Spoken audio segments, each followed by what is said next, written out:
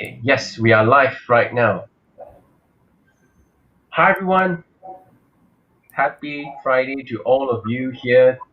I hope all of you guys are excited. Thank you very much for those that have tuned in right now. Over here, we are super excited to be joined by none other than Putri. So she is actually here, literally, virtually, or on the other end. So maybe what we can do is that we can ask Putri, you can just give an introduction to yourself. Much live for the opening speech.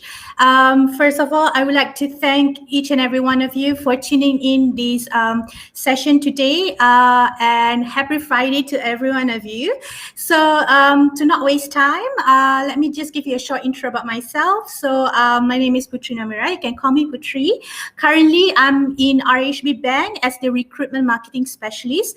What I do is that how I want to bring RHB brand to be the first employer of choice among students, graduates, and professionals. So I've been dealing with collaborations and partnerships with universities and other industry partners. We do campus engagement activities like career fair, career talks, like what we're doing right now, and many more. And apart from that, I also manage the internship program. Our team also manage the graduate program as well. And apart from that, there's other things that we do. So basically, on a nutshell, is we are managing the RHB employer branding. Thank you, Putri. And nevertheless, a huge shout out to RHB Bank for winning the HR Excellent Award. So that's a huge achievement that you guys have won 4 awards, which was actually presented a while ago over there. Huge congratulations over to RHB Bank. For those of you who has just tuned in over here, so my name is Lai and we have Putri that is joining us today. And the reason why we are actually doing the live session just to share with everyone here is to align with the virtual internship and fresh graduate career fair that we are having on next Wednesday, 27th of January from 12 to 1:30 p.m. So that's the reason why we are doing this session here today.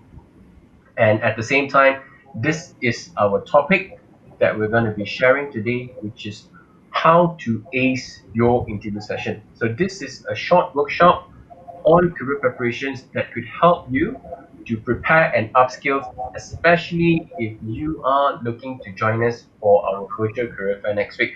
And this is also applicable to those of you who are tuning in, who wants to learn a bit more and things like that. Please, by all means, let's make the most out of this 1 hour sessions here today. All right, so I hope you guys are super excited. Without further ado, I'm going to pass it back over to Putri, where she will be sharing the information with everyone over here. Okay, so yes, Putri. All right. Okay. For today, sorry, can you mute because I can hear echo of my voice. Okay, sure. Right? Still. All right, sure. I will. All right. Okay. So I'll be here to share about how you manage your interview session. So I'm pretty sure who joined today are the students or to be graduates or even fresh graduates. So currently we are facing pandemic. Business is going on. People are still hiring. Interviews are still on. I think about voice. What should I? Light. Cool.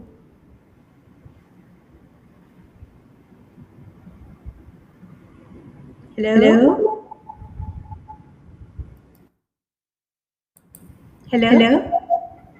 Light.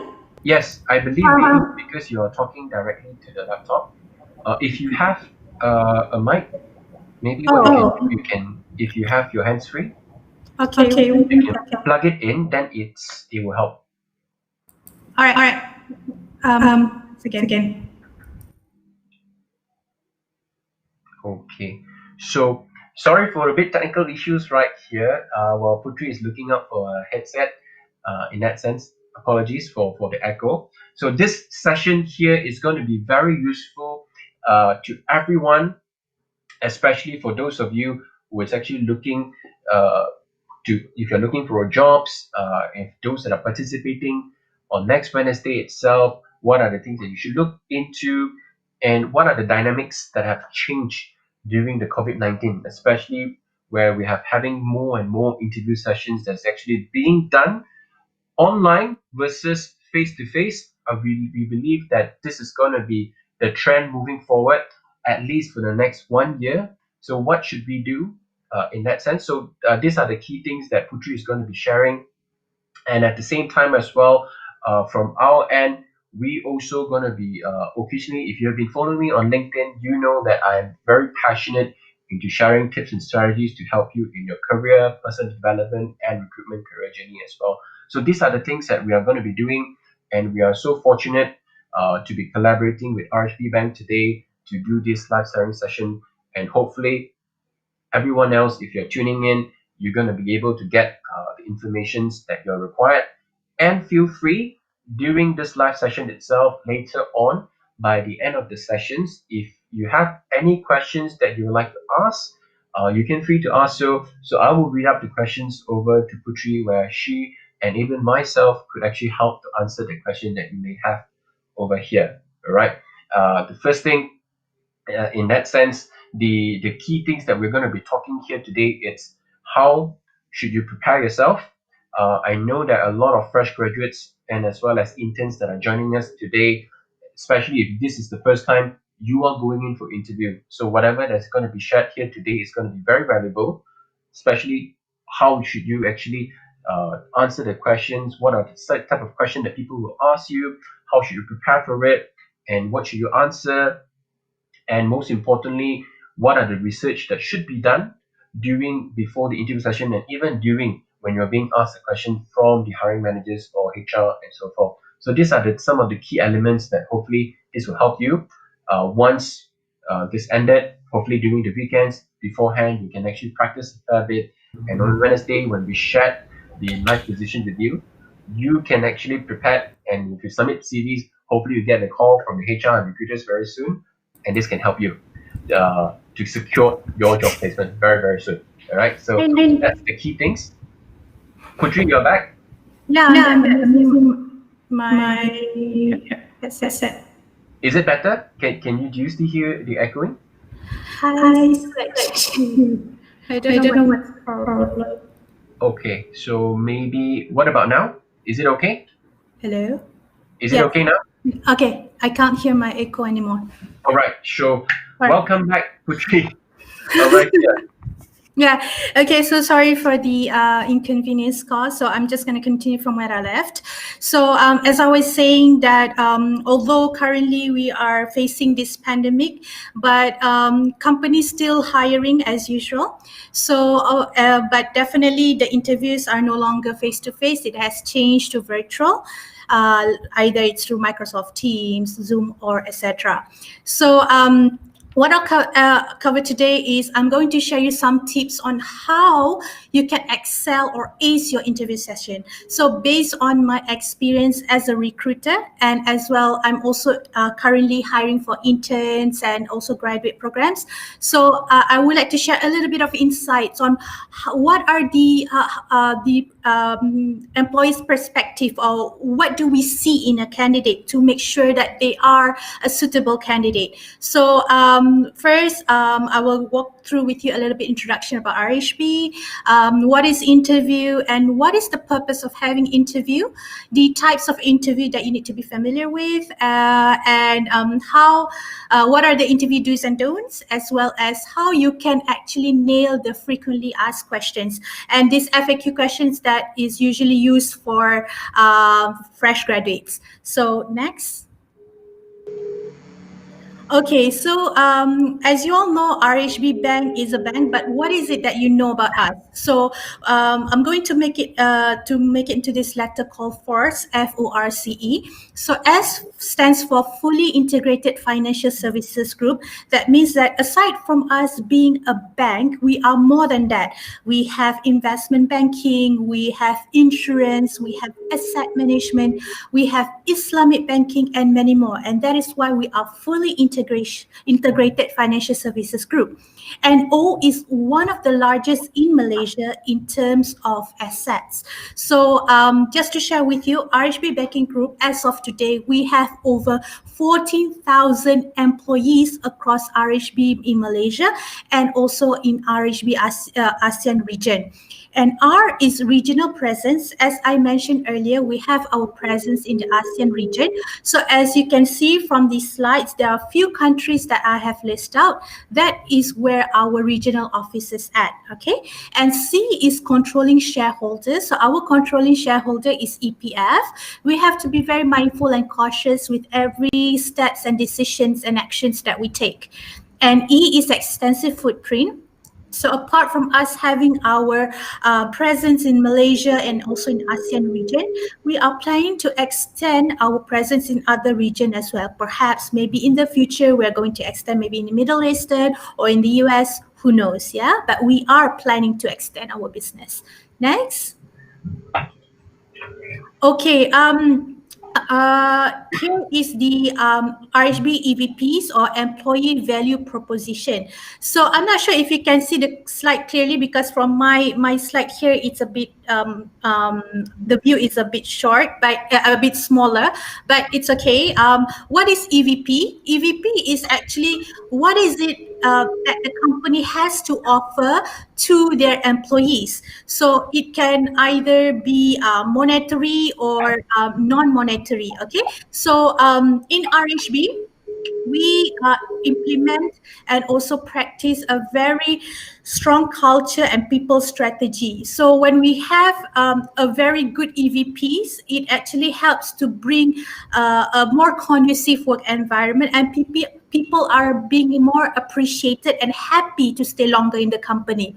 Okay, so our EVPs are categorized into 5 areas. First is RHB Cares, where we care for our employees' needs and wants. RHB Leads are the initiatives that we prepare for those who are going to be our future leaders.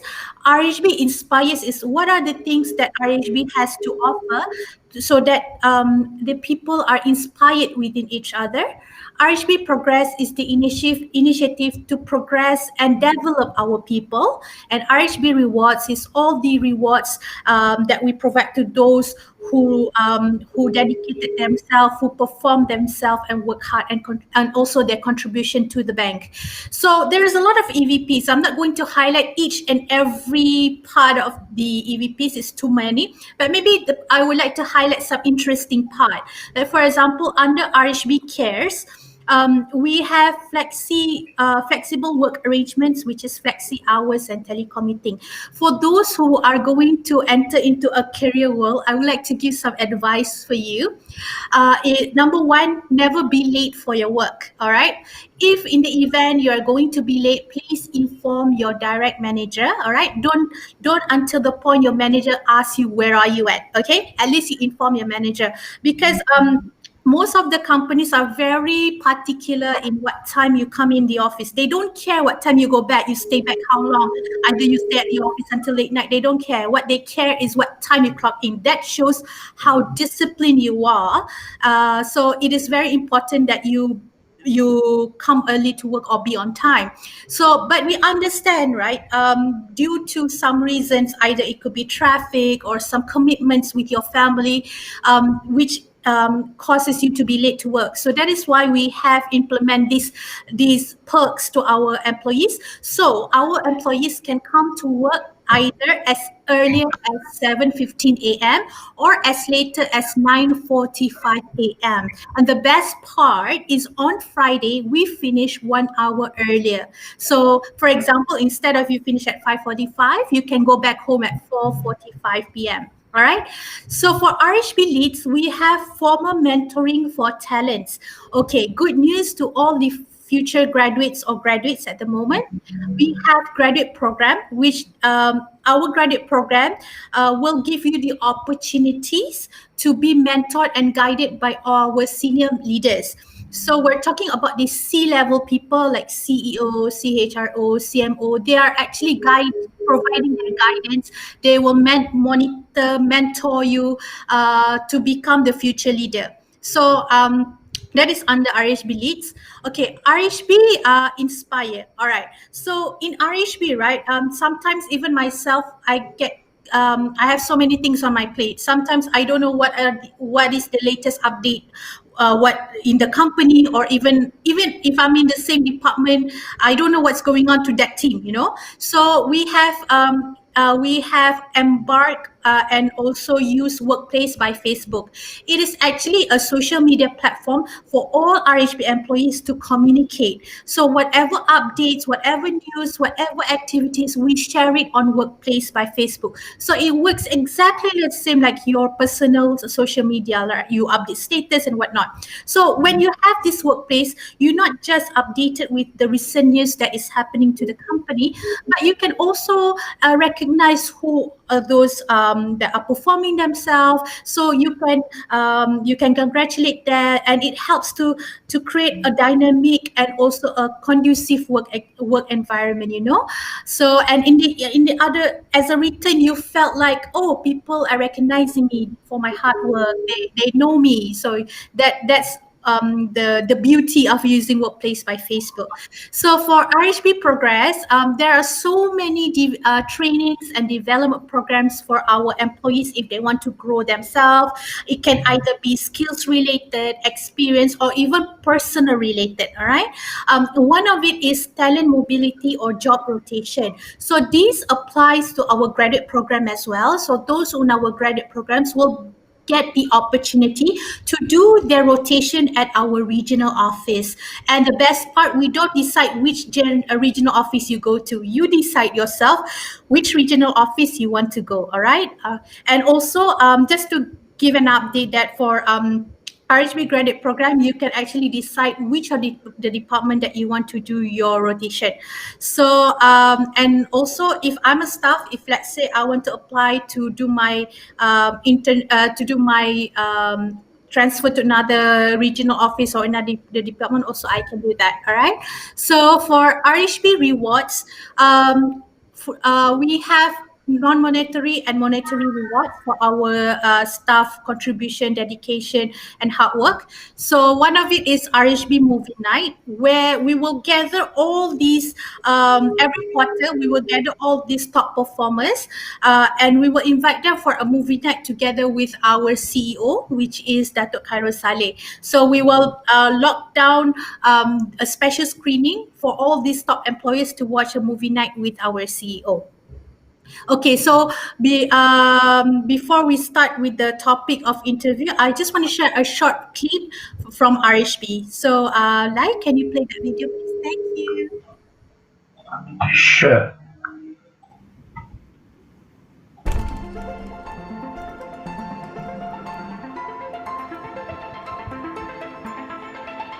Who does progress belong to? It is not just for a select few.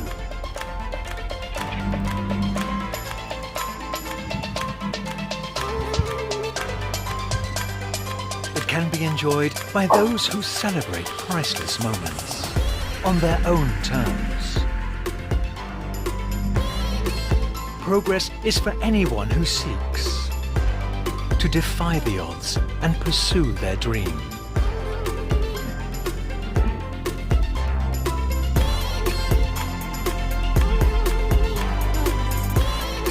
It is not restricted by age, time, or pace.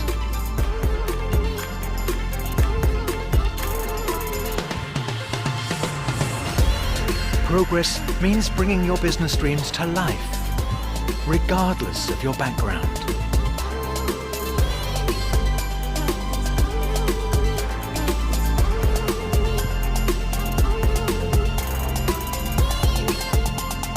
It is for anyone brave enough to take the step they never thought they could.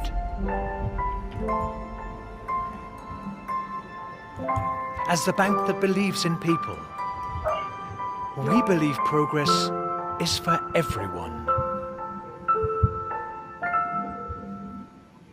Okay, thank you, Lai, for playing the video. I can hear my voice echo again. Okay. Yes, I just turned it off. Okay, perfect. Also, you're the one who managed it. Okay, great. Okay.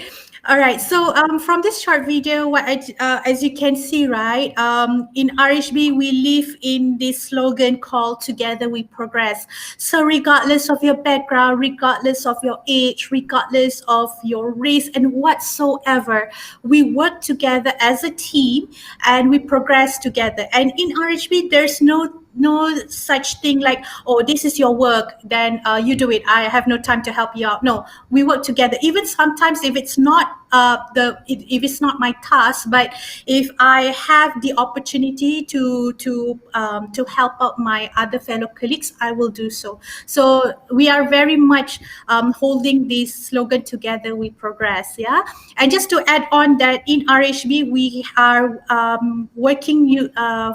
we are working in agile way. Not sure if you heard it before, but in agile, working in agile way, it gives you more freedom in terms of your decisions, and your ideas are being heard, and also your ideas will be here and also considered. So and working agile as well, there's no how would I say, there's no difference, either you're a team lead or you're a team member. We work together, all right, and we also collaborate with other departments in order to achieve a certain task. So that is working in agile way. All right, so next. Okay, so what is interview? So most of you knows that interview is a conversation between two or more people, which involves the interviewer, which is the employer, and the interviewee, which is the candidate, where questions are being asked by the interviewer, means the employer will ask you some questions in order to obtain some information about the candidate. Although you already submitted your resume, but there is more that the employer would want to know about you. So, and someone could have a perfect resume, but then they fail during the interview. That is why it is very important to have an interview session. Next. So, what is the purpose to have that interview? For you is to get a job offer. For the employer is they would like to know who you are. They want to know what you have to offer to the organization and why you should be hired.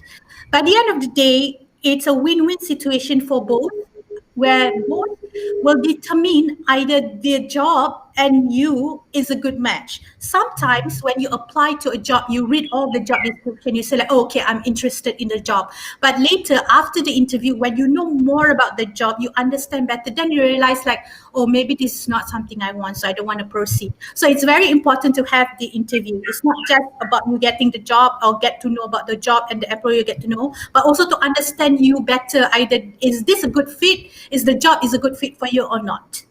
Next. Okay, so there are a few types of interviews, face-to-face or one-to-one interview. This is very famous, but of course, face-to-face is a famous interview before COVID lah. After COVID, it's no longer apply. Everyone don't want to have face-to-face. Everyone will be, oh no, I don't want. It's very dangerous. So face-to-face. Why it's famous? Because you have a direct connection with the person, direct engagement, and when you have the direct engagement, you can read their body language, you can read their eye contact. So that is why people prefer to have face-to-face interview. All right, phone interviews usually is done either by HR. Usually the recruiter will have the initial phone screening first to find out some information and to determine either you are a potential candidate or not before they share your resume to the manager for the interview. Okay, so and besides that, if let's say you are not convenient to have face-to-face interview, or the manager is busy or whatnot, so we can just do the interview via phone call lah. But phone call, people usually this interview done if let's say the manager is overseas, so they prefer to have this kind of phone call. Video call, virtual interviews, which is very popular right now. Okay, is done due to the location or limited availabilities, and also because of pandemic. So as you know that usually people use the famous platform is like Microsoft Teams, Zoom, Google Meet, and etc. But I just want to highlight you something. Although it's a virtual interviews, although you don't meet that person face to face, but you must treat these virtual interviews, take it very seriously. All right, and you have to also prepare yourself. Don't put in your head, oh, it's just a virtual interview, so I can just relax lah. No, take it seriously and prepare for that virtual interviews. Yeah.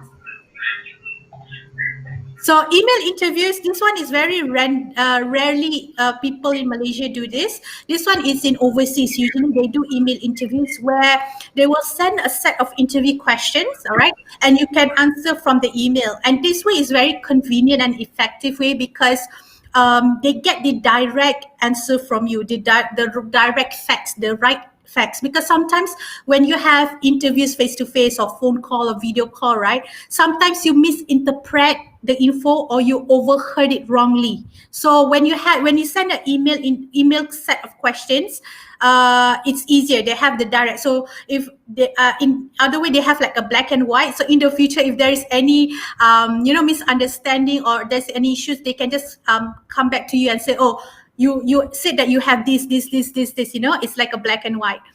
Panel interviews are also quite famous here in Malaysia, where a number of interviewers interview one candidate, all right? So usually this is very popular in the public sector, but sometimes a private sector, they also do that because like there are some companies, they have quite a number of level people needs to interview, and sometimes it take quite some time, for the decisions to be made. So instead of you going to one level in first interview, second interview, third interview, why not we combine all interviewers in one room? Easier. After the interview is done, there you go. Decide within yourself either we should proceed or not. All right.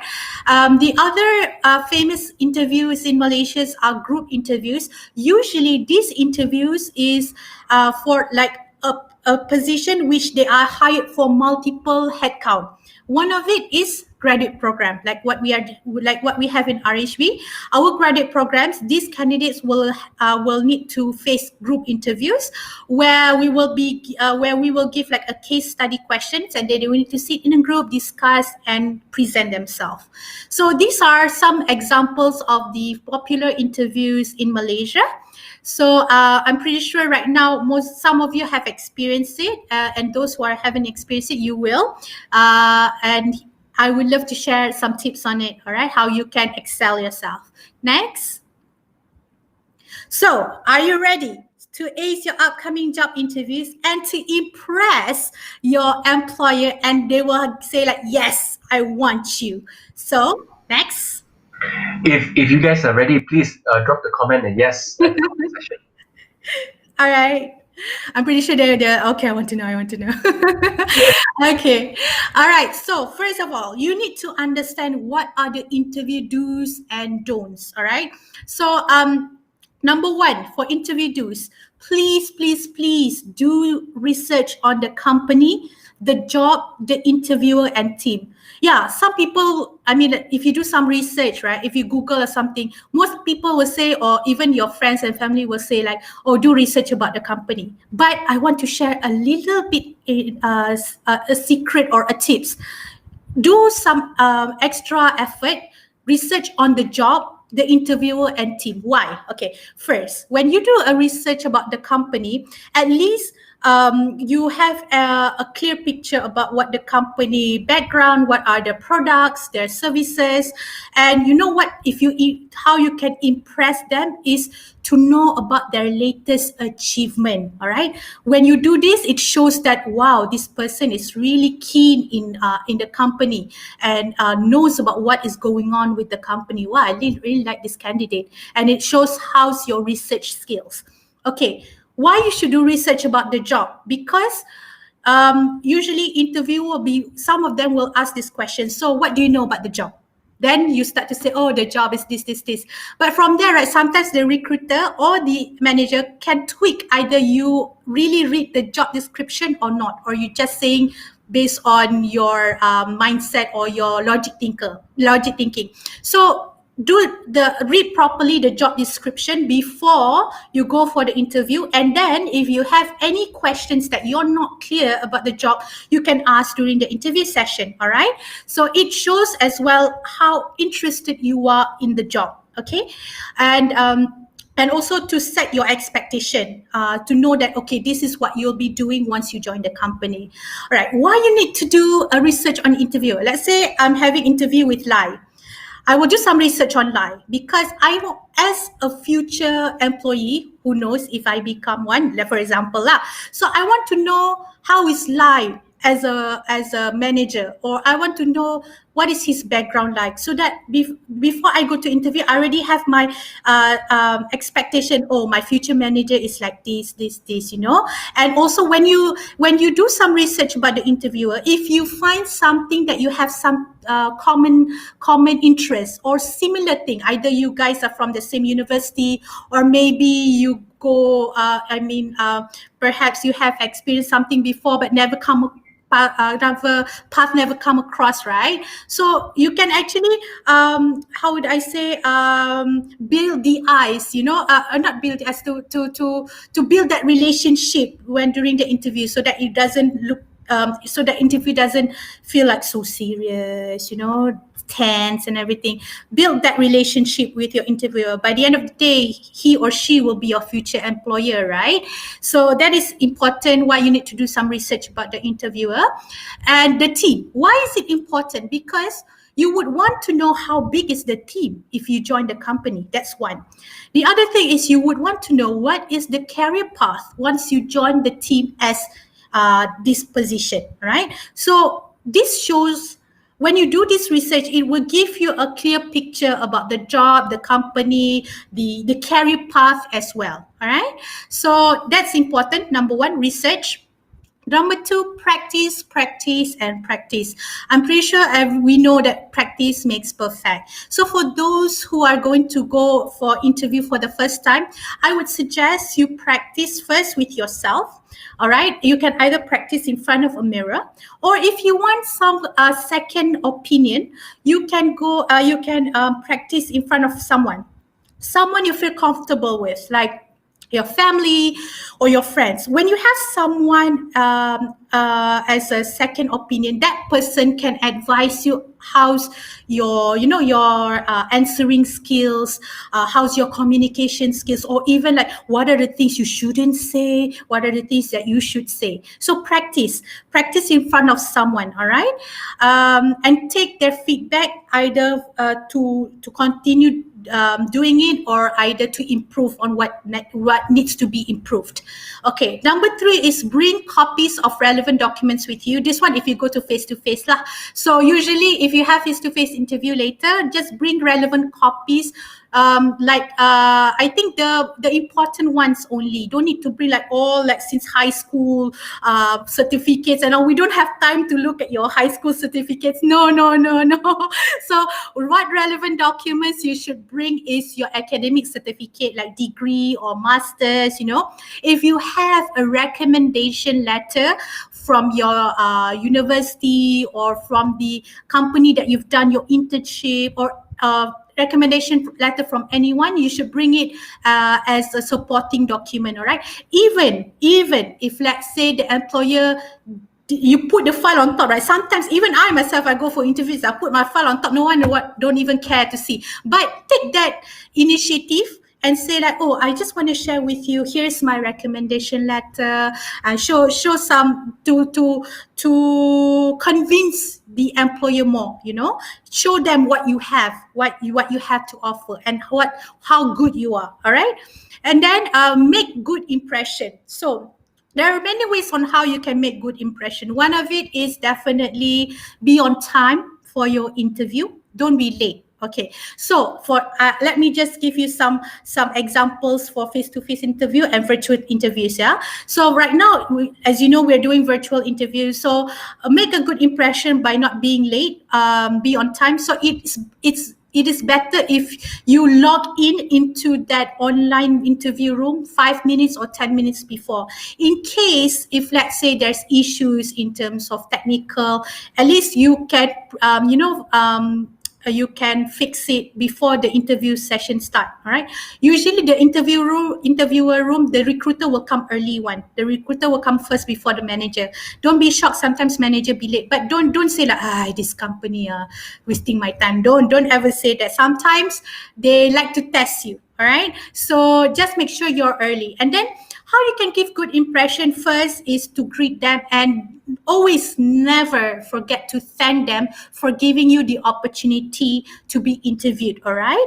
So because sometimes candidate forgot to say thank you. We don't mind if you don't say thank you, but it's just a good how would I say, gratitude, expression, and it's also give you a good impression that on your personality wise. Okay. And then during the interview session, answer the questions precisely, and if you are not clear of what the interviewer is asking, no worries, ask them to repeat. Or if you really don't understand, you say, I'm sorry, I don't understand your question, could you rephrase it? Don't feel shy that you don't know what is the interviewer is asking. There's no right or wrong in during the interview session. Okay.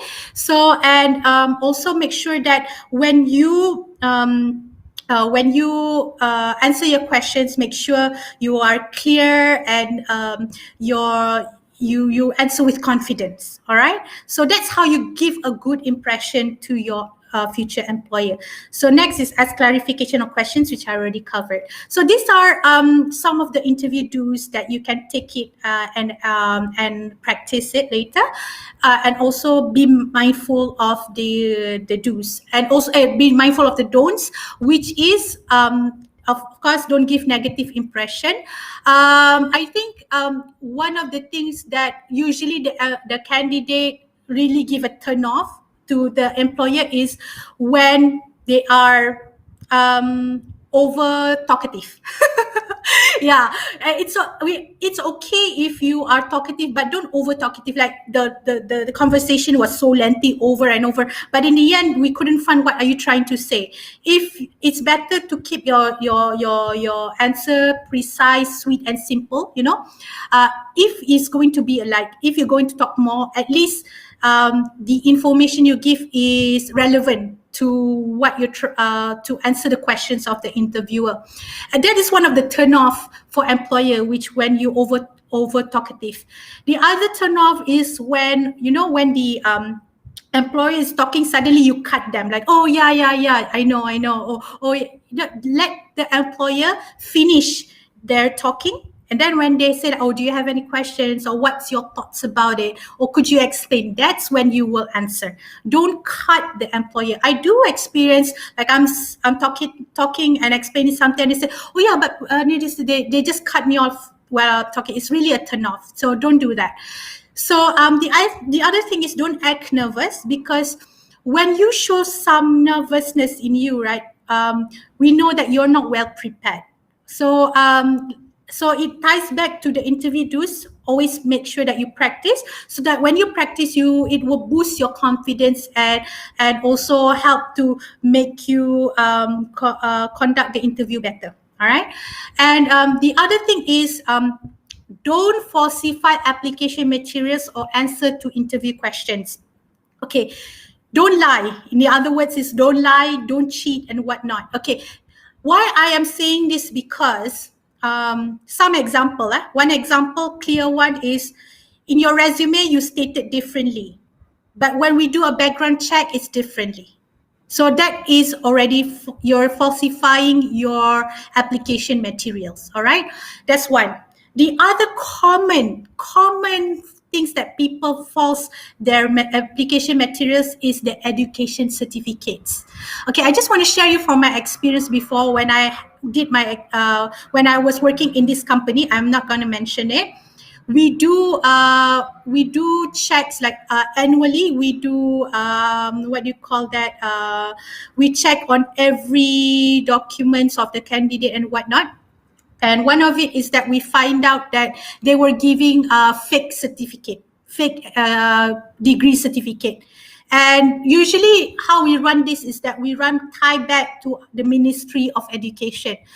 They will provide us the information of your, if you already graduated, when, and everything. So when we detect you falsify something, the action is to give you 24 hours leave the company. So some of it thinks that, okay, the company will know I fake my certificate education, but don't ever think like this, because usually companies will definitely do background checks on this. Okay.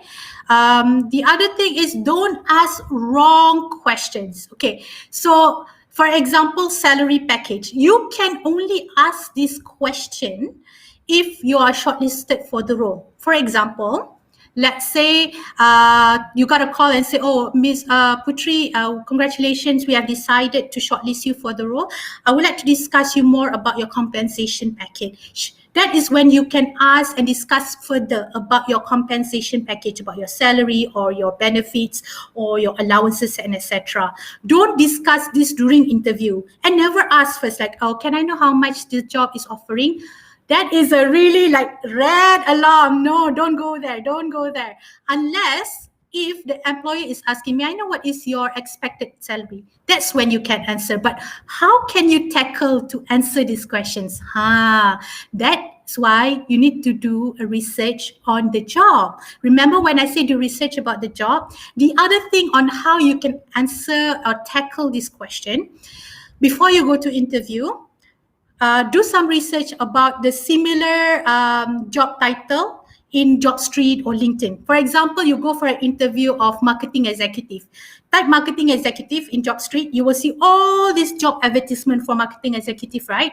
From there, you can benchmark what is the salary range. And from there, you can answer the questions when the employer asks what is your salary expectation. So don't give exactly like amount. You can just to play safe, say like, oh, my expectation is within like, for example, 3,000 to 4,000. So you're making yourself free also, so that the employer know, okay, this is your range. So they can try to somehow match what is your expectation, right? And make sure when you answer this question, make sure it is relevant. You apply for marketing executive, you're asking for 7,000 ringgit. That is ridiculous. Okay, make sure the salary is relevant. Leave entitlement, yes, you can discuss if you're shortlisted. Background checks also, don't rarely candidate ask, but I do have experience where candidate ask like, may I know what background checks are you doing? Like when you ask these questions, it's actually making us like cautious, like, okay, is this person scared or what? Why are they asking what kind of background checks we're doing? Okay, so don't ask wrong questions, yeah. And don't forget to send a thank you note after the interview. And also, if you want to follow up, one thing I just want to give some advice. Okay, first of all, you have to understand that the company have many applicants, all right? And they probably have arranged already few interview sessions. So if you want to follow up, don't every day you send SMS or email saying, oh, I want to follow up, I want to follow up. Don't follow up very intensively. That's the word. So you can, okay, if let's say you go for interview today, you can follow up after 2 to 3 days, all right? And wait for them to reply. If no reply again, you can follow up another 2 to 3 days again, right? So after that, if they don't reply, then you know where you stand. If they don't reply for so long time, okay? So yeah, that is some do's and don'ts that I want to highlight. There are many do's and don'ts, but this is the one that I just want to emphasize and to highlight more. Okay, next. Okay, so next tips is how you can nail the frequently asked questions. So as a fresh graduates, you might want to know what are the questions usually employer asks. Okay, pretty sure most of you have already interviewed what is the common interview questions, right? But here, as an employer, I will share with you on what is the best answer you can give. What's the behind meaning of these questions? Okay, first, before that, you have to know that it is always important to be prepared to respond effectively to the questions that employer typical ask. And usually, right, the interviews, they will expect the interview to run smoothly, okay, because they already know that you already well prepared. So if you're not prepared, then it will, it's not going to be a good how would I say, experience to both of you. Okay, so and make sure that your response is stronger. Means when you prepare, you become more confident to answer the questions. All right, and one of the things that I want to really share with you is that when you practice, don't memorize your answer, because if you memorize your answer, you would forget. Let's say, because sometimes when you go to interviews, right, you have that moment, you become blank, then you forgot everything you want to say. So that's why I don't recommend you to memorize your answer. But when you practice that, maybe you can list down the points you want to share if these questions is asked. So when you know the point, then you know how to elaborate, instead of when you memorize. Like sometimes, I think like long back ago when I was a fresh graduate, I memorized my answer. Then because I was nervous, then I totally blank. I forgot what to say, what to answer later. I'm like, oh no, what is next? So yeah, don't memorize, okay? Just understand what are the points you want to answer if this set of questions being asked. Okay, next.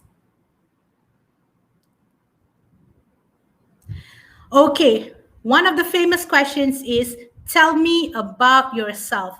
Sometimes you don't know what to tell, or what should I tell? Oh, should I tell this? Should I not say this? So what exactly this? What is the meaning behind this question? So actually, the employer wants to get to know you better and see if your personality fits with the job and the company's work environment. Okay, sometimes not everything you can write in your resume. That is why we want to know you more, and that's why they say, tell me about yourself or introduce yourself. So how you can answer these questions is, try to answer questions about yourself without giving too much or too little personal information. The best part is to start by introducing yourself, important like your name, okay, your age, where do you live, and your education background. So definitely your highest education. I don't say like I go to primary school, I go to kindergarten, I go to here. Just the latest, your okay. Share a little information about your family background. Don't need to tell everything lah. Or you who are still working, who's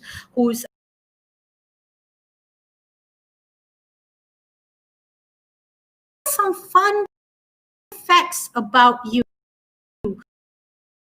For example, your hobby, what motivates you, because sometimes the employer wants to know what are the things that will make you motivated to stay longer in the company. So don't share that you are money driven or a red flag, okay? Because when you say like money driven, right? If it's a sales position, it's okay. Some sign or characters that you are money driven flags.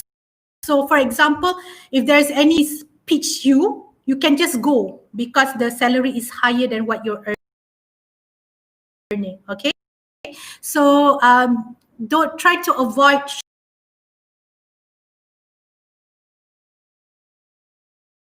showing that you are money driven.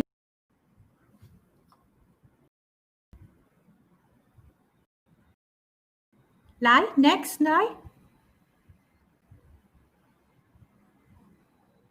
Hello.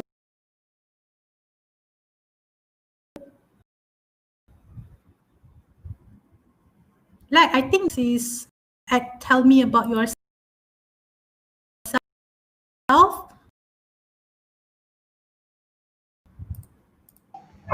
Oh, I really changed it. Maybe it's because your line is a bit breaking.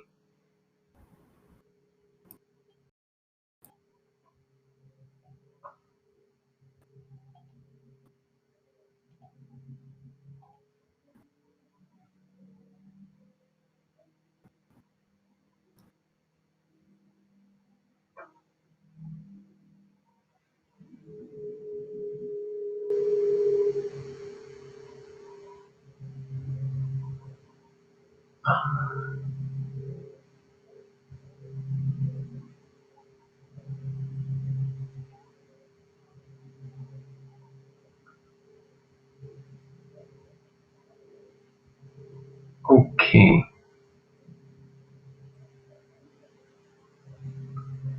Sorry, everybody. I think the line is a bit bad. I think Putri just dropped off over there. Mm,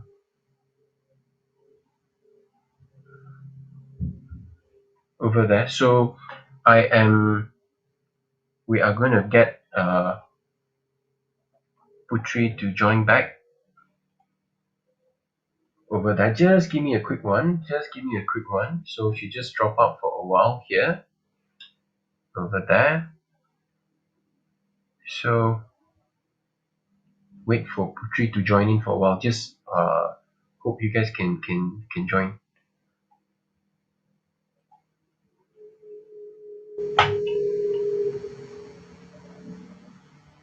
over. All right. Can you hear me? Can you hear me, Putri? Hello? Hello, Putri, can you hear me? Hello? Hello? Hello? Putri, can you hear? Can you hear? Hello, Putri? Over there? Hello. Can I check? Can you hear me loud and clear, everybody? If you can you please Hello. just say Yeah, I'm already in. Can you hear me? yes? I can hear you now. Can you hear me? Yes, I can hear you. But can you hear me? Yes, I can. Just now you will drop out earlier on. Okay, great. I thought you because this screen already show live, so I just wanted to hear. Yes, I can. And you? All right. So yes, I can. So I can hear you. So you can proceed. Okay. So where did I? Which part did I stop? Sorry. What do you know about our company? We stopped over there. So you're asking me about the slides of what do you know about our company? The one about yours. Can you hear? So I'm sharing the Okay, screen right so now. we stop at here What do you about our know company, about is it? Yes.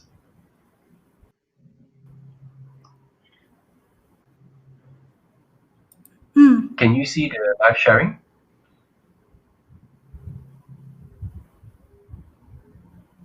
Can you see the sharing right now? I'm What do you sharing my know? screen. Is it what do you know about our company? Yes. Yeah. Okay. All right. So this one is after tell me about yourself, right? Yes. Okay, cool. All right, so sorry about that. Crazy Wi-Fi sometimes. All right, what do you know about our company? Okay, so remember when I said earlier that do some research about the company, because these questions are usually the employer will definitely ask. They don't simply ask these questions, because they want to see your interest towards the job and company as well as your research skills. Okay, so when the more you do research about the company, the more it shows how your interest. Don't need to go so in depth, like as what are the things that you can do some research is the company background, like for example, the date it is established, who's the founder, who's the CEO, and what are the industry of the company. All right. You can also do research about the products or services that they provided, and also the awards and achievement. But to make it an extra point when you and to impress the employer later, if the job that you're applying, right, maybe you can share about the products or the services that the job is offering to either the external parties or internal parties. All right. And if you do some award, if you share the awards and achievement of that the team that you are actually applying the job for, also it will give a bonus point for you.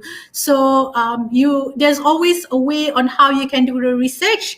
Either you can Google or you can go to LinkedIn. All right, LinkedIn is a powerful platform for you to find information. You can either get information direct from that company's page or even from the employer's profile page. So there's so many ways. Just be, how would I say, put an extra effort to do research about the companies and the jobs. All right, next. Okay, so tell me about your experience during your internship. So if you're a fresh graduate, definitely they will ask you this question. Why? Because they want to see if your internship journey and your experience is relevant to the job that you are applying. All right. So sometimes some jobs, they don't mind which background you come from, which experience you are. But some jobs, they are quite particular where they would like to know if you have that relevant experience and to see if that experience during your internship is relevant to the job that you're applying. So when you do your when you prepare your resume, this is another workshop which I usually do, which is preparing a winning resume. Under your internship program, right, make sure that you put as many information as you can. This is the part where you have to win the employer's heart, because they would want to know if you are a perfect fit for the job or not. Okay, so during the interview, you explain about your job and responsibilities. Share about what you have learned throughout your internship journey. What are the skills you expose? What are the skills that you gain? What are the exposure? What are the experiences? And it is best if you can highlight your achievement. Anything that you managed to achieve a certain task or anything that you're most proud of during your internship period, share that during your interview. Okay, don't miss out anything. This is the part where you want to convince your employer. All right, next part. What is your greatest strength? Okay, this is one of the questions that usually the employer will be asking the interviewee. So because they want to see how well you are qualified for the position and if your strength could be an asset and added value to the company. So remember when I say do research about the job, in the job description, usually some job description, they put some skills or some what are the requirements of the job. Use that and sell yourself during your interview. But make sure the strength that they need or the skills that you have is actually you have lah. Don't just simply say like, oh, I'm good at communication skills, or I'm good at creative thinking. But then when we have you in the job, nothing, you know. Yeah, so make sure that when you sell yourself on your strength, make sure that you're really good at it. All right. So it is important to discuss the attributes that qualify to the job, like I mentioned earlier. All right, make sure that you have the skills as what they need in the job. The strength can either be technical or soft skills. You know, technicals are pretty much like IT or engineering. They have a certain set of technical skills. Yeah, so soft skills is more like communication skills, presentation skills, decision-making skills. This is soft skills. All right. And then when you say like, oh, I'm good at this, I'm good at this, I'm good at this, don't just simply say.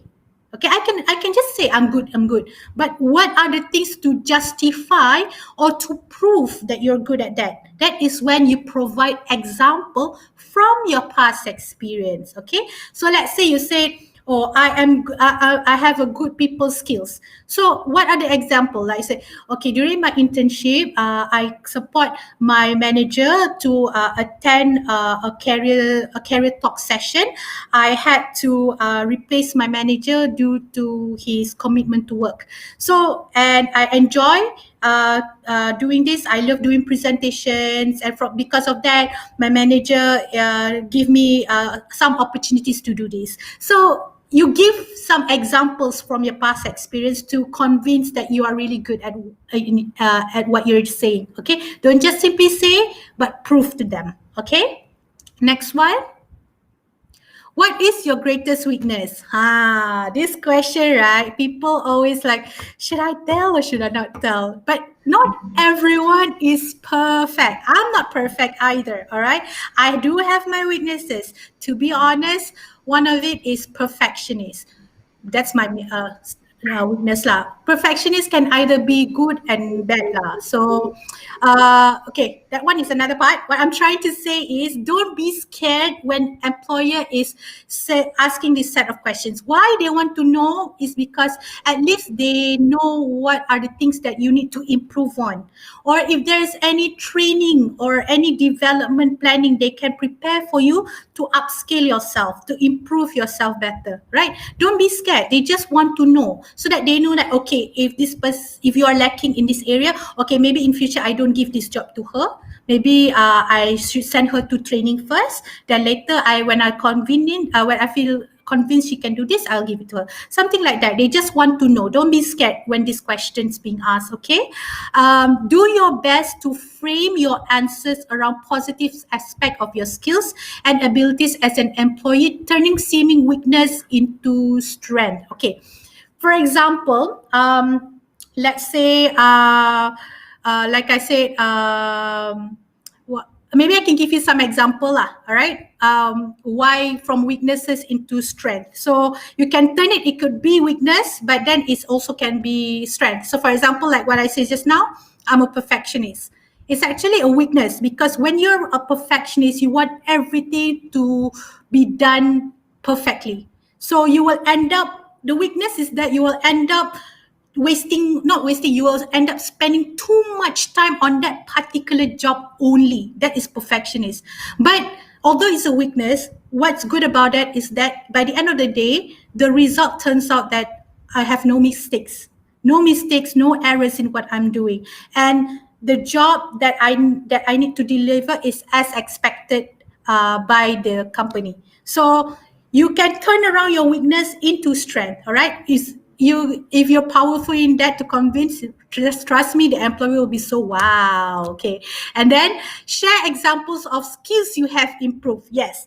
So don't just say that you're not good, but then you don't do anything about it. So for example, another example is like, okay, let's say you are not good in managing your time well. So let's say your weakness is I cannot manage my time well. So when I know that this is I need to improve on, what I do is that a day before I go to work or I go to university, I will prepare what are the things that I need to complete tomorrow. So before the end of the day tomorrow, I will check back what are the things that I've completed and what are the things are still pending. So from that, I can manage my tasks and my time better. So from there, you already improve. You already show to the employer that these are the skills that you are lacking, but you are making your effort to improve on that. Okay, so don't be scared when these questions been asked. All right. So next one. Okay, this one is also one of the famous questions for regardless graduates or even professionals. How do you deal with pressure or stressful situation? So why they ask these questions is because they want to see how you handle stressful situation in the past, and if you will be able to handle stressful situation in the in the team or in the company. Like, okay, sometimes the employer would want to tell you in advance, like, how stressful is the job, right? If they tell you that, trust me, no one will apply to the job. So that's why they want to tackle this question. They will see how well you manage your pressure or your stress management, So provide examples on how you manage your stress from your past experience. Either it could be during your university or during your internship program, okay? And provide examples of times where pressure actually made you work more productively, all right? So don't just put that, oh, it's a stress situation and you manage to deal with it. But maybe you can turn it around and say that, oh, because of this experience, it's actually have helped me to be more productive. It helps me to be more alert. It helps me to be more So prove to them that even if it's a pressure or stressful situation, but I take it positively. That's the right word, okay? And be careful of how you respond this question, all right? Because you don't want to end up saying that you are too stressed. Because when you say something that it was a very stressful situation, you see how you answer that, people will be like, okay, I have to be mindful of this candidate, cannot put too many pressure on him or her. Later, she resign directly. Oh no, cannot. Okay, so yeah, be mindful of how you answer this question lah. All right, next one, which I believe, I think, okay, this one. What are your career plans or objectives within 5 years? Okay, for professionals like us, like myself and Mr. Lai, we already have our plan or career objective plans. But for graduates, usually, I'm pretty sure fresh graduates, they will be like thinking, why is this person asked me this question? I just graduated. How the heck am I supposed to know what's my life, my career plan? I don't even start the job. Some people have this kind of thinking. Even I was myself when that. But actually, it's not. It's not wrong for you to do some research on what are the career opportunities once you step foot in this area. At least it can give you a little bit of idea or a little bit of expectation of once you join this particular job position, what are the career paths I can explore, or either I can be in this area or this area. So from there you can actually, in the same time, you can set yourself what is your career plan. Okay, so share what is your ambition and goals, all right, so that the employer knows what is your career plan and they will prepare like your career path or career progression plan. Some companies, they already like plan it for you, okay, down the line, maybe in 2-3 years, I will make Lai the director. Maybe I will make Lai this. So yes, please share your career plans also, right? And when you share this, make sure it's realistic lah. Don't say like, okay, now you're applying for executive position. In 2 more years, you want to apply. You are expecting it to be the country head. Make sure it's realistic lah, guys. Okay, and then the most important is that never say that you don't know what's your plan. It's really a red flag when you say, oh, I just follow the flow. I'm okay with anything. I'm open to anything. So when a candidate answers this, it shows that this person doesn't have a clear objective of what they want to do with their career path, So yeah, do some research and understand better which area you want to pursue to, all right? And next one, which I believe is the final full question. Why should we hire you? Or why you think you're a perfect candidate? Or anything that is related lah. So this is the right moment for you to sell yourself, all right? Okay, sell yourself in a good way lah to get a job, okay? So sell yourself. This is when you convince the employer to take you. So how you can answer is, first you respond very confident, okay, and make sure what you have to offer to them is what exactly they need the candidate to have, all right? And showcase what are your experience, your strength and skills, which it can be an asset and added value to the company, okay?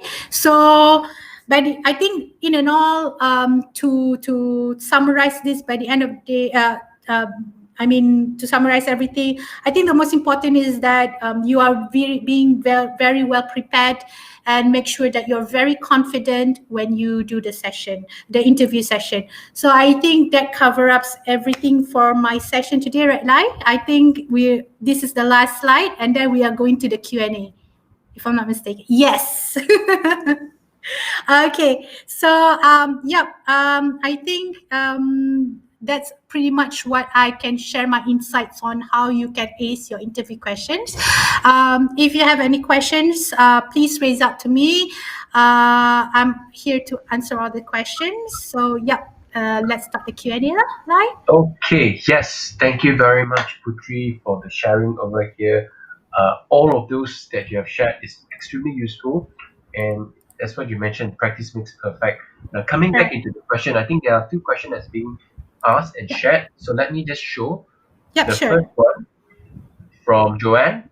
I want to ask, how do we do research on the interviewers and the team prior to the interviews? Let's say, for example, they don't use LinkedIn. Okay, so if they don't use LinkedIn, the other things that you can do some research is, first of all, you know that person is in the company, right? So if you have, if you know anyone, if you have any friends or family members at the company that you apply, it's easy because you can just do a reference check, words of mouth. You can just ask that person hey, do you know Mr. Lai? Oh yes, I know him. So what do you know about Mr. Lai? Share to me. I'm having an interview. I just want to get to know him better. I cannot find his fella's LinkedIn. So hard. Tell me a little bit about him. So that's one of it. If that person don't have a LinkedIn, the other thing is that you can go the extra mile. Try to find his personal social media, like Facebook or Instagram, but don't follow them. Just to have a little bit of background. Some people, they edit their information in their Facebook. Definitely one, either the school they go or the HLB or whatnot. At least you can have a little bit of background of how's your interviewer like lah. And the team is that I think if they don't have, your interviewer don't have LinkedIn, then it's a little bit hard to find a team. But I think what's the most useful way is, okay, you go LinkedIn, you type the company's name and the position that you're applying. For example, RHB, and I just give an example recruitment. RHB and recruitment. Top all this name of the employers in recruitment will come out. So you can have, you can go through their profile. So that gives you a little bit of background of who's in the recruitment team, example. So from there, you can know there's about 18 recruiters. Okay, there's one manager, and Mr. Lai don't have LinkedIn, so that means there's 2 managers. Like that. So that's how you can find your research. Research skills is very important having that. Agreed. So the second question comes from Matthew. He said, what about LinkedIn recommendations? Because earlier on you asked about recommendations. Should we print it out? Yeah, you can print it out, because when you go for interviews, unless you go for interviews face to face, of course, you don't have laptop with you or phone with you to just show to them that's not appropriate, right? So you can print it out, show it to them, and then if let's say you are having virtual interviews, you can just tell them I have my LinkedIn recommendation.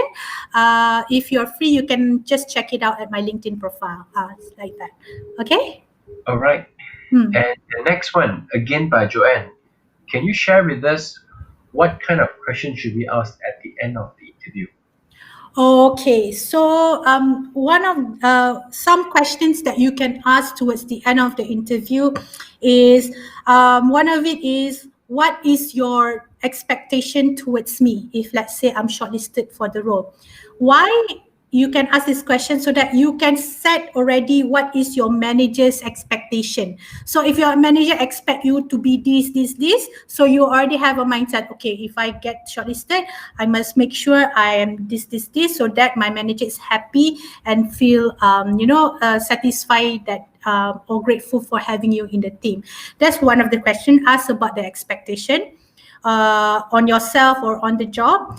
You can also ask like what are the career path if you are given the job, so that you have a clear picture of what is your career path down the line after 2 to 3 years. Okay, that's one of it. The other thing you can ask about, if let's say what the job expectation, this, you can also ask your employer like what are the things that you dislike in your team member, so that you can be careful and mindful of to not do the things that your manager don't like, because you need to build a good relationship with your manager, right? So that you will be happy with the job that you're doing and for you to stay longer in the company.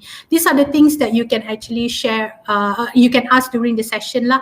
And also if you want to if you want to know the timeline of how the process like, or how long does it take for the company to come back, you can ask them like, okay, so after these questions, after this interview, is there what is the process like, may I know, is there any interviews I need to attend, or will the result be in few weeks? So you can ask what is the next step or the next course of action lah.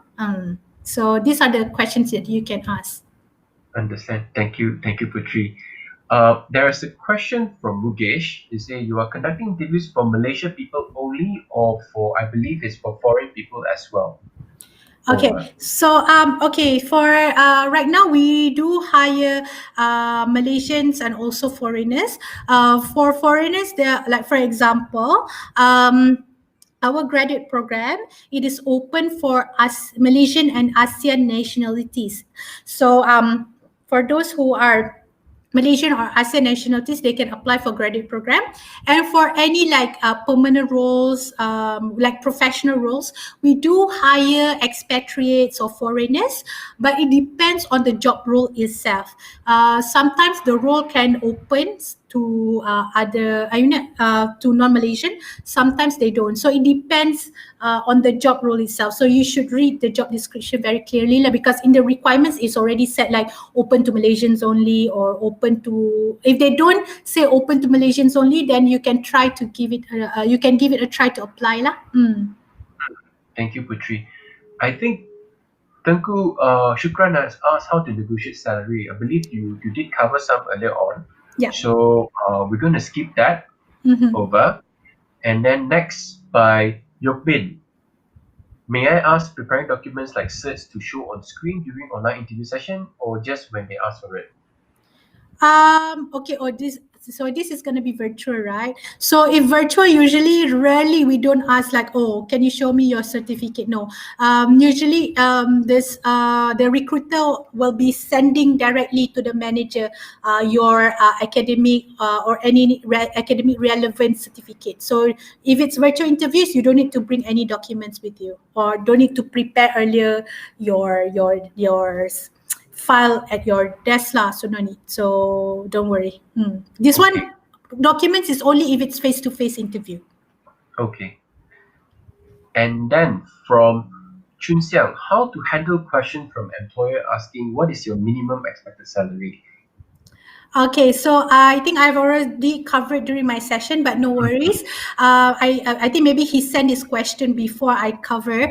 So like I said, do the research about the job. So you can go to any recruitment portals like JobStreet, LinkedIn, Monster, or any kind of online portal, and type the job role, the job title. And from there, you can see several job advertisements being posted from different companies. You can benchmark the salary that the company is offering. So from there, you can have a clear picture what is the salary range for that particular role. So you can play around with this range and you can set what is your minimum expected. Thank you, Putri. I think this is almost similar by Kai when we asked about the salary, should we provide the minimum expected figures or the ideal figures. Yeah. So we have covered it as well. Yeah. So we will just move on. And then one from Sarawanan, why always HR asking to reduce our salary expectation? Is it their job? I hope that their job is to get the right talent, not reducing the salary once all interview is finished.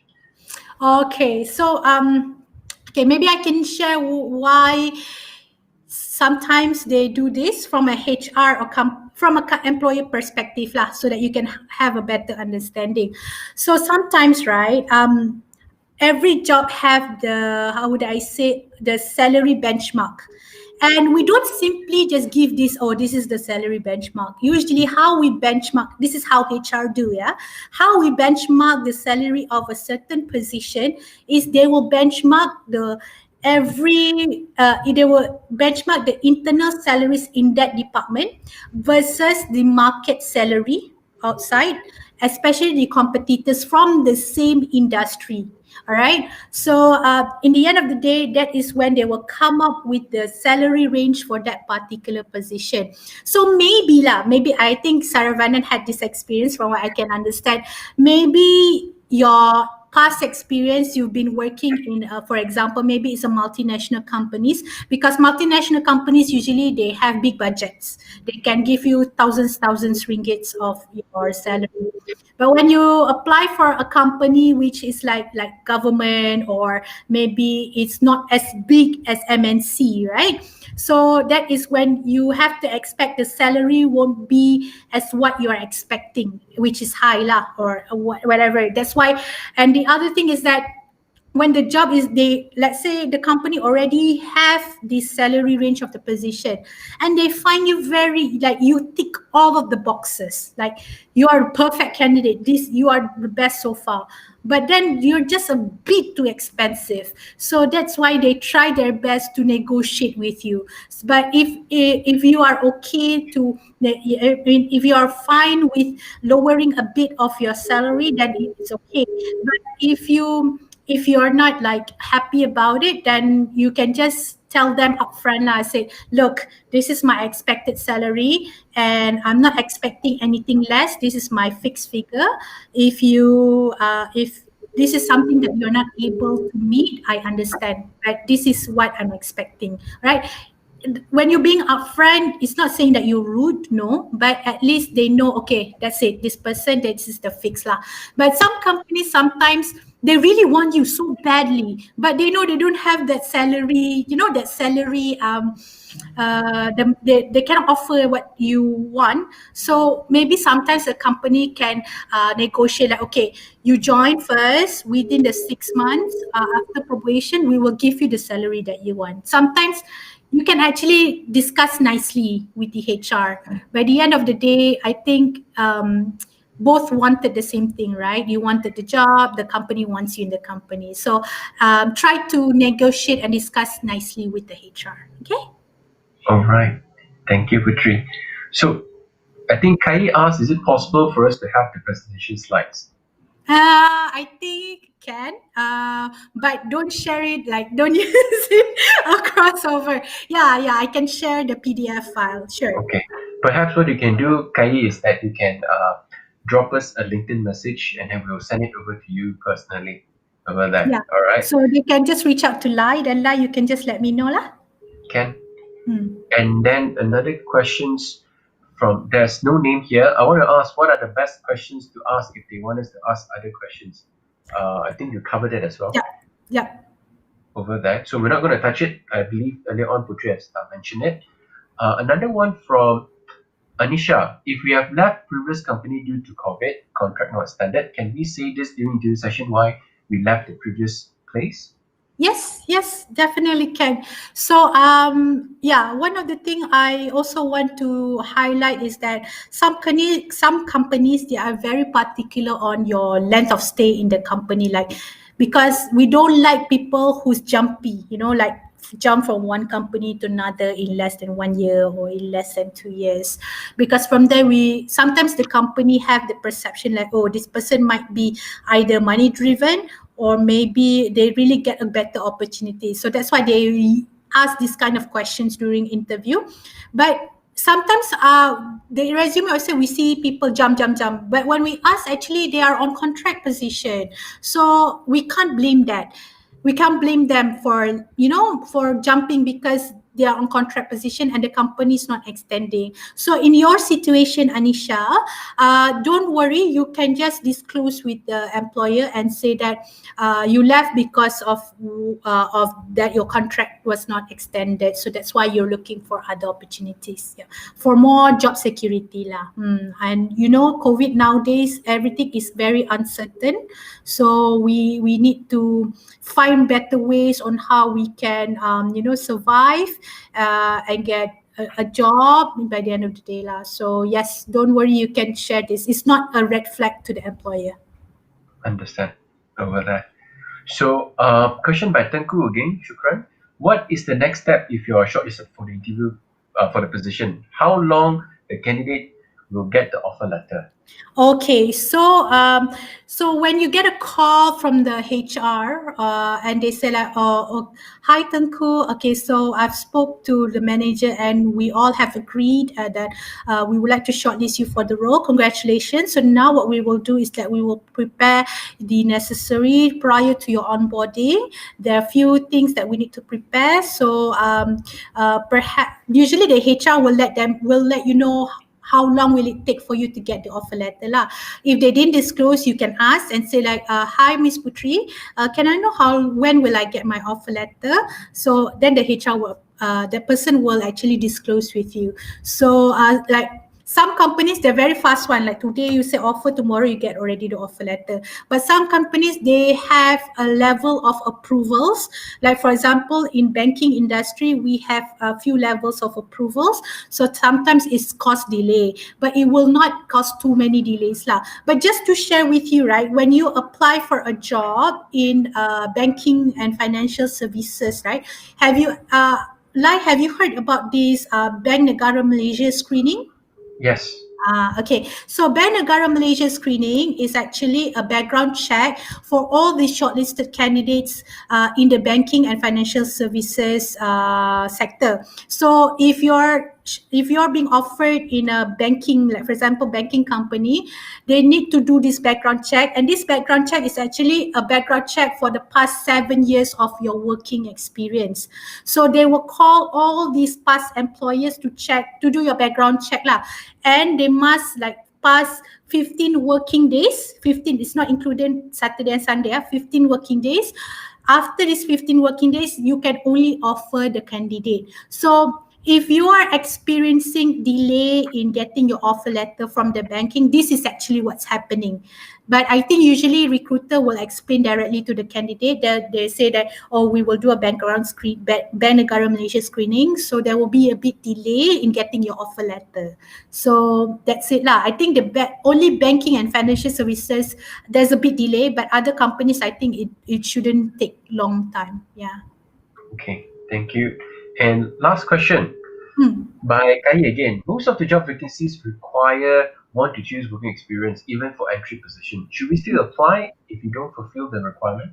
Okay, two things that I want to highlight. Okay, first, if the job vacancy is saying that 1 to 2 years of working experience, my answer is go and apply for it. No harm, especially if the position is called executive or anything which is not senior lah. So if the job is like senior executive, don't go and apply lah. From there, you know that they need someone experienced, right? So anything job entry level job position, you can try to apply like 1 to 2 years. Try to apply. You can apply for the job. Reason being is that sometimes the job even people who have experience apply to the job, but then after we interview, we find that, oh, we cannot find suitable candidates. So why not we offer to the fresh graduates? Maybe we can find better fresh graduates for the job.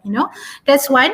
The other thing, if you find a job which stated fresh graduates are encouraged to apply, that one for sure you can apply. Okay, so I think yes, these two type of job requirement when you see in the job advertisement, either 1 to 2 years of working experience or stated that fresh graduates are encouraged to apply, then you can apply for it lah. And make sure the title job that you're applying is relevant with your, how would I say, your experience lah. Okay. One last one. Yep, sure. Coming in from Chin Sun, is it common for companies nowadays to use ATS to screen through candidates? Yes, we do. Most of companies are usually using ATS because it's easier. You can still send resume as well to the recruiter. Okay. I think like when you go to a certain company's website, right? When you click apply, they have their ATS, so it's okay.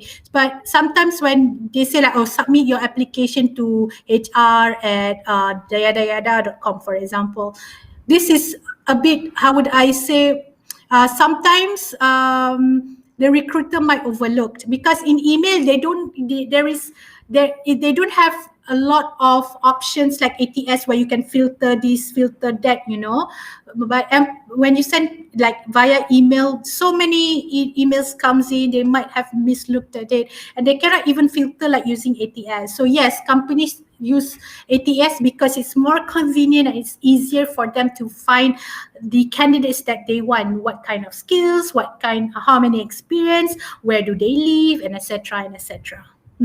I think one of the things I want to share some tips, right? If you during this COVID, a lot of people is working from home. You have more time at home. When you know there's a company doing talks here and there, why not you join their session? Because usually the people who do the talks are mainly from HR, where they share some career preparation, and usually these HR people, some of them are recruiters. So when you join this kind of engagement session, you have a direct, how would I say, direct engagement with the employer. And also like during the session, sometimes the employer is willing to disclose their email address. So when you know their email address, you can send directly your application.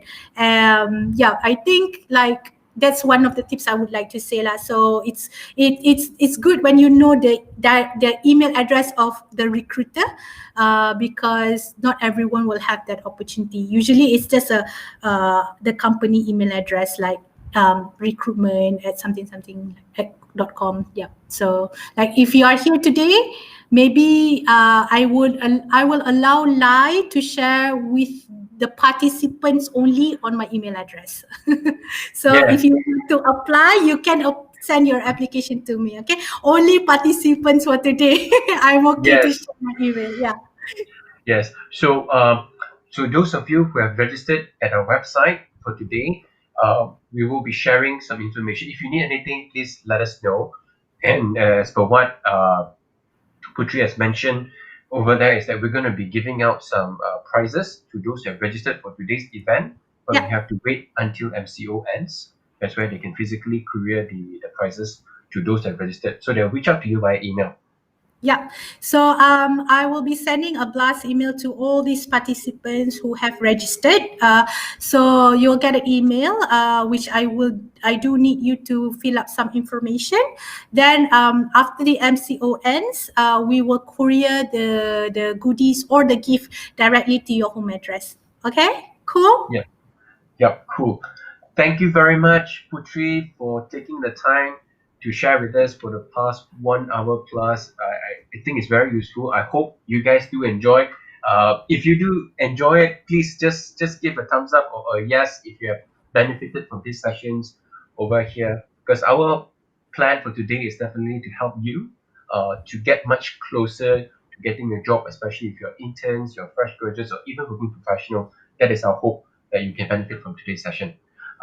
And then last but not least, I also want to take an opportunity to share with everyone again. This is our virtual career fair posters with all of the participating companies. And as you can see, we have RHB Bank that is participating as well on next Wednesday. Asia, RHB Bank, we have Telecom Malaysia, Research and Development, Razer, Chin Protect, Top Glove, Zebra Technologies, Photobook, Juristech, Baloy, E2 Open, 3M, 26, Ada, Green Quarter, Worldline, Scott Glass, Wistron, Hitachi VWorks, ICT, Netflix, and as well as Grab, EV Engineering, Lindy, Prudential, and many more companies. We look forward to be sharing all of the job opening, be it fresh graduates, interns, and as well as 1 to 3 years working professionals during that career fair itself. Okay, so stay tuned. We are going to be closing off the registration by 6 p.m. today. On next Monday, we're going to send the link to all registered participants so that you guys can log in on Wednesday at 12, and we're going to start sharp over there. And feel free to ask any question that you may have. We are really appreciative of all of the company for taking the time to participate and sharing all the jobs. And it all means one thing: even during this COVID-19 period, there are companies that are still hiring right now. And our mission here is to help you to land your dream job. Okay, that's all for me right now. Putri, any last things from you before we wrap up our session today? Yes, I think I saw some comments. I can see that some are asking like how to send their registration because they came across this video suddenly. So for those who missed to send their registration or participation, you can go through. I think Lai has posted on his LinkedIn, right? I think the previous post, there's this link or somewhere you can submit your participation.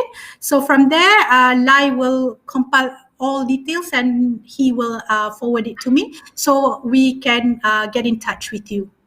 Yes. So go on to my LinkedIn profile, check under the post that I posted for the past yesterday and the day before. You will be able to see the link over there. Yeah. Over. So that's it. Thank you very much, everyone, for taking your time on this precious Friday. Wish everyone a beautiful day ahead. So from Putri and myself, thank you for again. And as always, let's stay safe, let's stay positive. Take care, everyone. Thank you so much. Thank you and take care and stay safe. Have a good day. Happy weekend. Bye. Bye-bye.